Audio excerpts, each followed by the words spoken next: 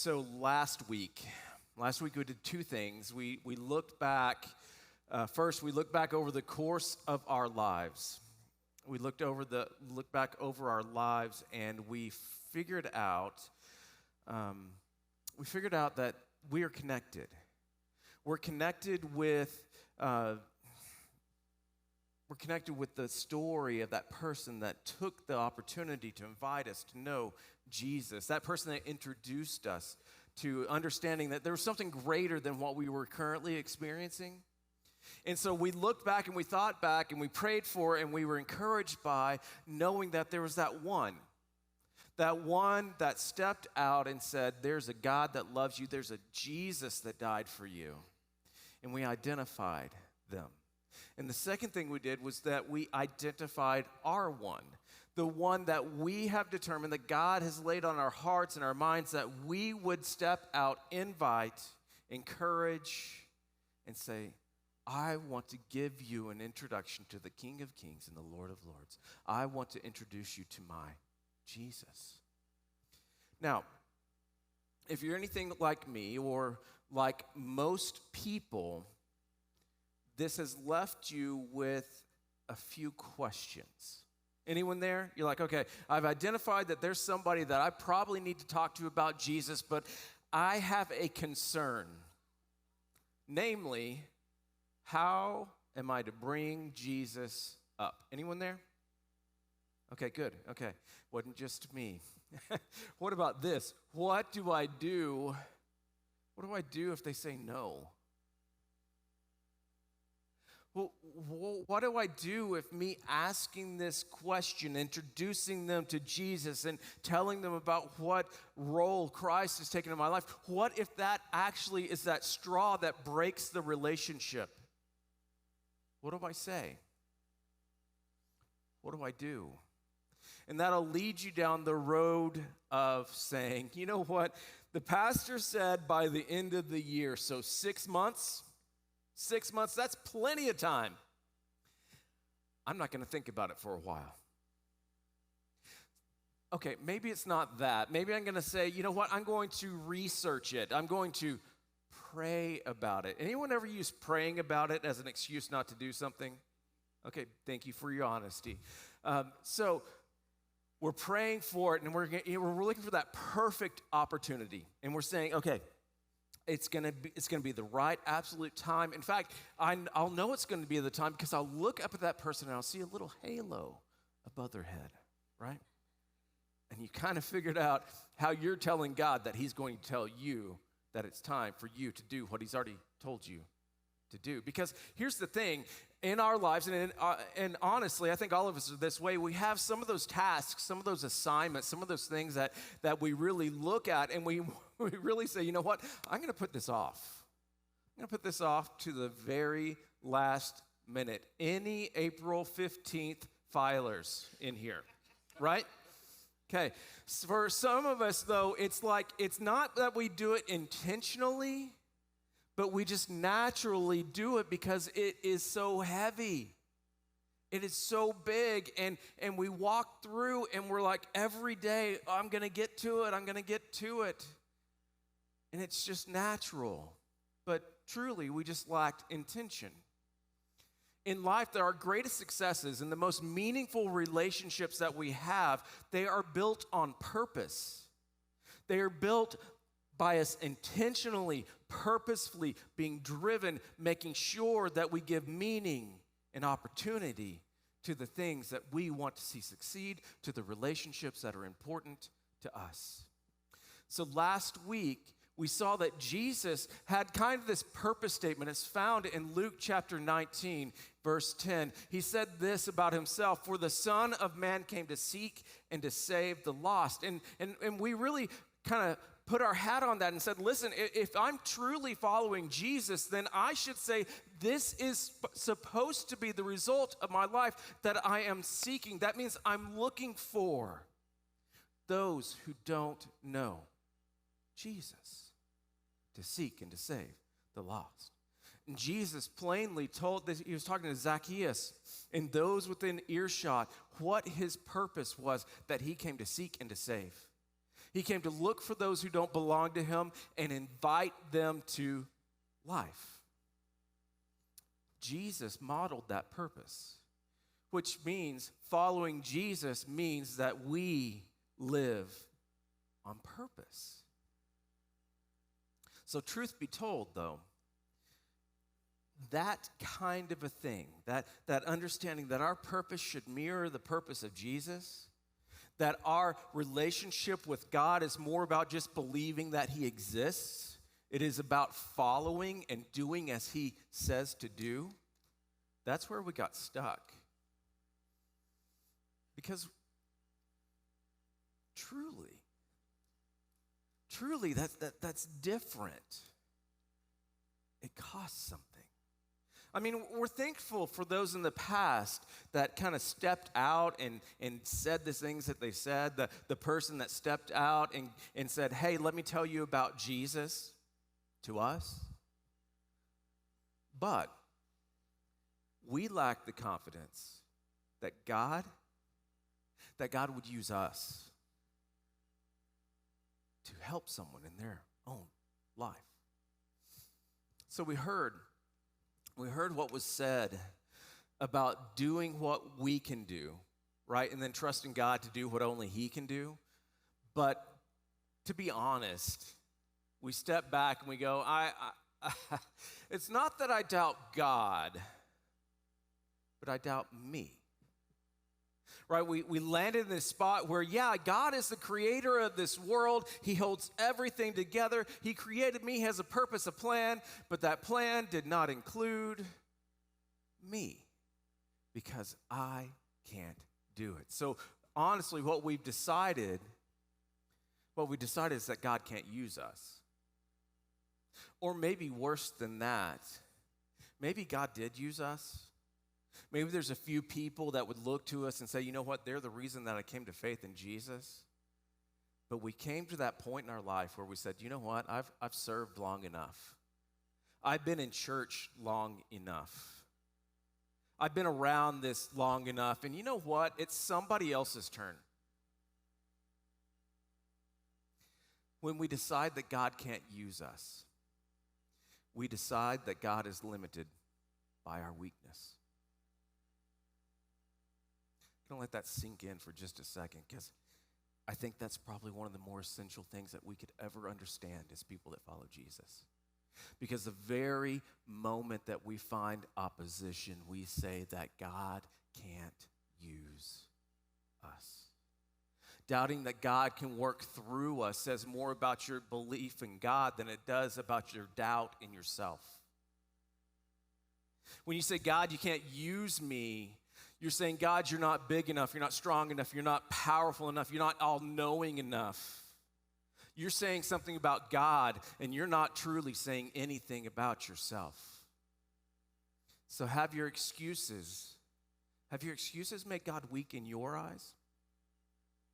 Because following Jesus means that we move past belief into purpose. It means that we move past seeing Jesus as only for my benefit and for my comfort, into taking his command to go, to baptize, to teach, taking all of what he said seriously.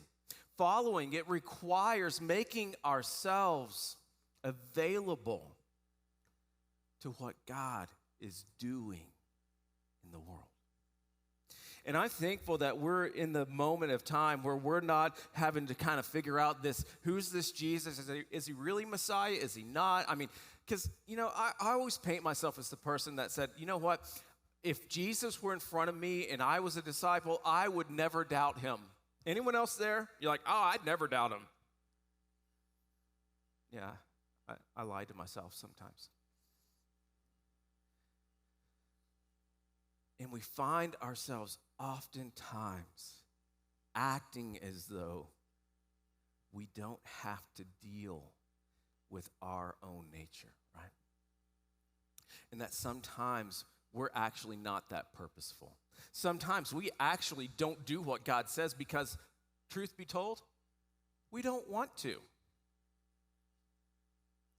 Luke recorded an account of people being purposeful, of being intentional, and trying to just get somebody in the presence of Jesus. Have you seriously gotten to the point where you want to get somebody in front of Jesus, and you're going to take whatever means is necessary to get them to hear about the grace, the mercy, the love, the power over sin that you find in Jesus? Well, there's an account in the book of Luke, and these people, they were acting on what they knew to be true of Jesus. They knew that he was a man that was doing great works. He was healing. And they had a friend that was in need of some healing. So they hatched a plan. They had a plan that had a very intensive purpose. It was to get their friend to Jesus. Look with me in Luke chapter 5. Luke chapter 5, starting in verse 17. As Jesus was teaching, the Pharisees and teachers of the law, they were sitting there, and they'd come from every village in Galilee and Judea and from Jerusalem. And the power of the Lord was on Jesus to heal. And behold, there were some men bringing a man on a bed, a man who was paralyzed. These men, at that moment, they were carrying their purpose. These men were carrying on a mat their friend, and their friend was the very epitome of their purpose. And I wonder for you, what is it that drives you? What is it that gets you up and gets you moving and stop just talking and start investing, inviting, and being a person that moves forward with purpose? For some of us, we have families that have developed these purpose statements, a mission statement. Do you have are you a family that has a mission statement, a purpose statement? It might be embroidered on a pillow. It might be, on the wall. But it basically kind of sums up what you are about. Okay, maybe this. You work for a company that has a mission statement. Anyone have one of those? Come on.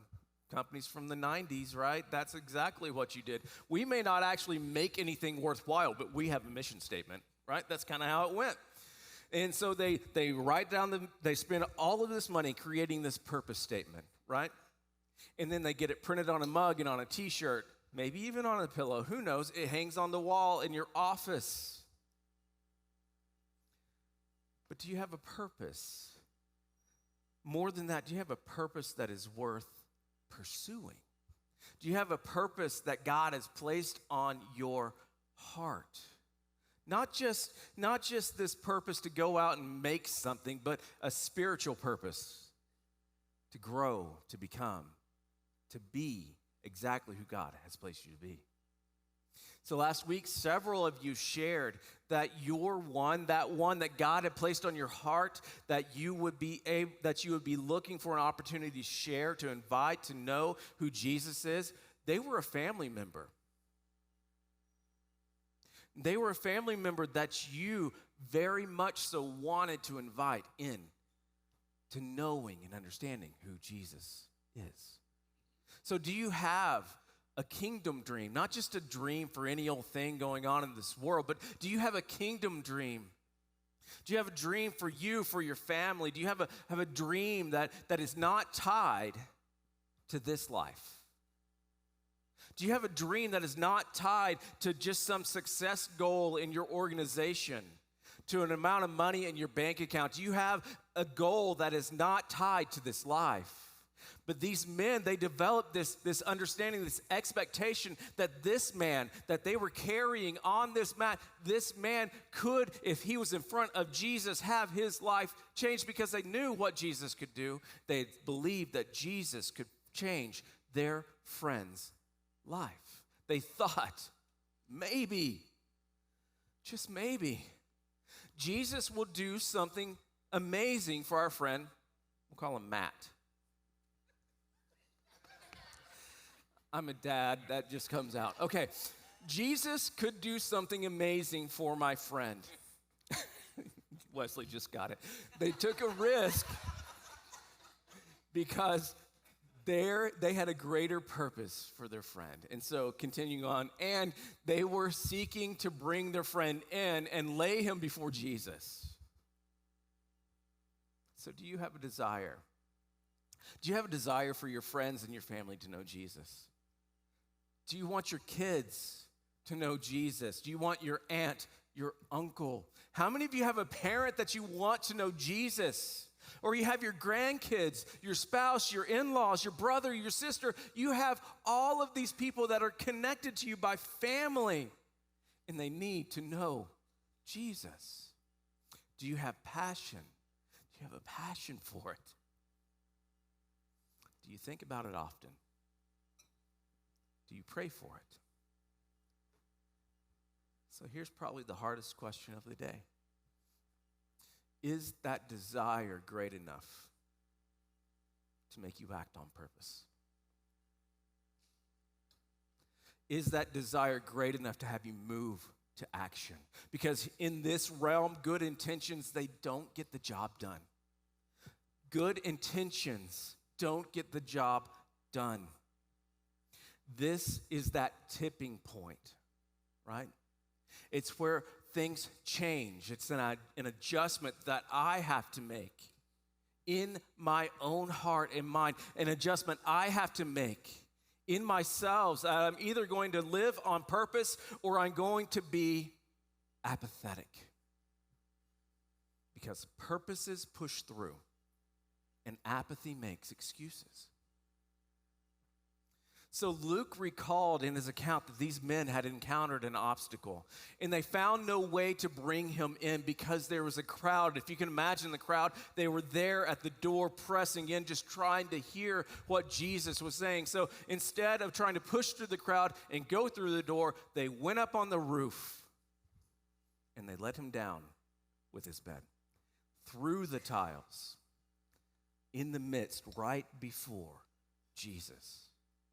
When there seemed to be no way through the door, when they were the ones that were going to give up, they saw an opportunity to say, you know what? Hey, Matt, we tried. I'm sorry, dude. It just didn't work. They saw the door was closed. And that's where we give up, because we have this theology of the closed door, right? If I encounter a closed door, obviously God's not in it, because God only opens every single door. If you believe that, that's a bad theology. That's a bad theology. Because not every obstacle is a sign from God. And we shouldn't raise the flag of surrender because we merely tried a door handle and it was locked. Closed doors should open our eyes to look for a window, to look for the stairs, to climb up on the top, to find another path, because the path doesn't always go through the door, the one of least resistance. So a question for you is, what obstacles have derailed you in sharing, from being on purpose with this person whom you have claimed is your one? When you think about your one, what has kept you from inviting them to come and be part of a body? What has prevented you from introducing them to Jesus? So what would it look like? What would it look like for you to dig a hole in the roof? And when he saw their faith, when their faith was seen in their actions, when he saw their faith, he said, Matt, your sins, they're forgiven you. And at that, the scribes and the Pharisees began to question, saying, who is this man who blasphemes? Who can forgive sin but God alone? And when Jesus perceived their thoughts, he answered them and he said, why do you question in your hearts? So which is easier, to say your sins are forgiven you, or to say, rise and walk? But so that you may know that the Son of Man has authority on earth to forgive sins, he said to the man who was paralyzed. Luke recalls this. He says, I say to you, rise, pick up your bed, and go home. And immediately he rose up before them, and he picked up what he had been laying on, and he went home, glorifying God. And amazement seized them all, and they glorified God. They were filled with awe, saying, we have seen extraordinary things today. The friends got more than they had bargained for. They got more than they had bargained for because they were really looking for a way for their friend to be able to have a life that was a little bit more full. But Jesus, he can do miraculous things, and he did miraculous things. But the first thing that Jesus did was he recognized the true need of the paralyzed man first. Jesus brought forgiveness before any external change. People thought that Matt's need was primarily external, but Jesus shows us that the primary need of the people whom we love the most is inside. Our hearts need to be changed because this is our deepest need. In what ways has Jesus transformed your life? Think on it. How has Jesus transformed your life? Do you desire to see that type of transformation in others? We need to learn to ask God to do what only he can do in the life of our one. We need to ask God to bring transformation continually into our hearts. So what obstacles have been introduced in your pursuit of telling, inviting, and sharing? What obstacles have been introduced that you need to overcome? I think if we're being honest, maybe one of them is our own pride. When that person shared with you about Jesus, did they have to overcome yours? Did they have to overcome your pride, your circumstances, those things that were going on, the you don't understand kind of things? What other things got in the way? Maybe it was that you didn't want anything to do with it. But yet, that person who loved you enough kept persisting. When the door was shut, they dug a hole through the roof. I want to close today with a passage from a book called People Sharing Jesus. It's by Darrell Robinson. And I want you, and I kind of warn you honestly, that this story, it might wreck you. So I'm just going to read it. It's going to be on the screen. I'm going to try my best to not mess this up. You ready? Here's what he said. Now it came to pass that a group existed who called themselves fishermen, and lo, there were many fish in the waters all around. In fact, the whole area was surrounded by streams and lakes and filled with fish, and the fish were hungry. Week after week, month after month, year after year, those who called themselves fishermen met in meetings, and they talked about their call to fish. They talked about the abundance of fish and how they might go about fishing. Year after year, they carefully defined what fishing means. They defended fishing as an occupation and declared that fishing is to always be the primary task of fishermen. So continually, they searched for new and better methods of fishing, for new and better definitions of fishing. Further, they said, the fishing industry exists by fishing as fire exists by burning. They loved slogans such as fishing is the task of every fisherman. And they sponsored special meetings called fishermen's campaigns and the month for fishermen to fish. They sponsored costly nation and worldwide congresses to discuss fishing and promote fishing and hear about all the ways that you can fish, such as fishing equipment, fish calls, and whether there had been any new baits that had been discovered.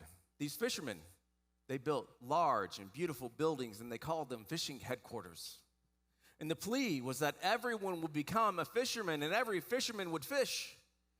One thing they didn't do, however, they didn't fish.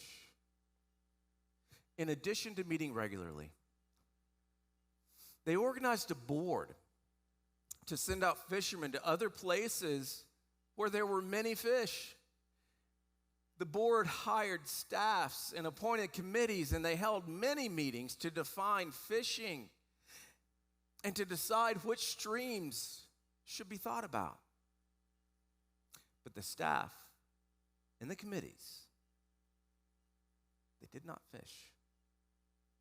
Large, elaborate, and expensive training centers were built, whose original and primary purpose was to teach fishermen how to fish. And over the years, courses were offered on the needs of fish, the nature of fish, where to find fish, the psychological reactions of fish, how to approach and to feed fish. Those who taught had doctorates in fishology, but the teachers, they did not fish. They only taught fishing. So year after year, after tedious training, many were graduated and were given fishing licenses. They were sent to do full-time fishing, some to distant waters, which were filled with fish. Many who felt the call to be fishermen responded. They were commissioned and they were sent to fish. But like the fishermen back home, they never fished. Like the fishermen back home, they engaged in all kinds of other occupations. They built power plants to pump water for fish and tractors to plow new waterways. They made all kinds of equipment to travel here and there to look at fish hatcheries.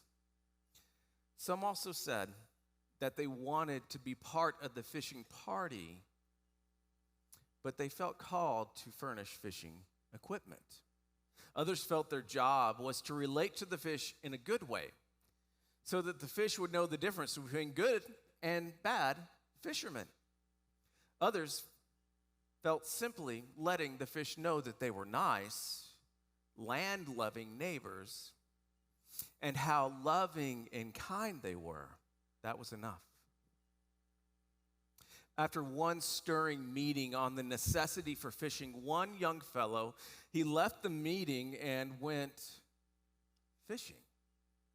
The next day, he reported that he caught 2 outstanding fish, and he was honored for his excellent catch and scheduled to visit all the meetings possible to tell people how he had done it. So he quit fishing in order to tell about the experience to other fishermen.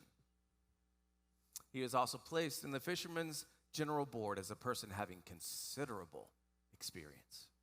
Now, it's true that many of the fishermen sacrificed and put up with all kinds of difficulties. Some lived near the water and bore the smell of dead fish every day. They received the ridicule of some who made fun of their fishermen's clubs and the fact that they claimed to be fishermen, yet they never fished. They wondered about those who felt that it was of little use to attend the weekly meetings to talk about fishing. After all, they weren't following the master who said, "Follow me, and I will make you fishers of men." Imagine how hurt they were when one day a person suggested that those who didn't catch fish, they were not really fishermen, no matter how much they claimed to be. Yet, it did sound correct. Is a person a fisherman if year after year he never catches a fish? Is one following if he isn't fishing?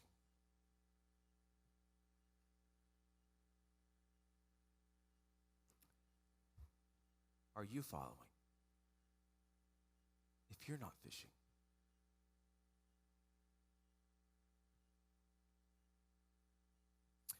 So enough of that talk.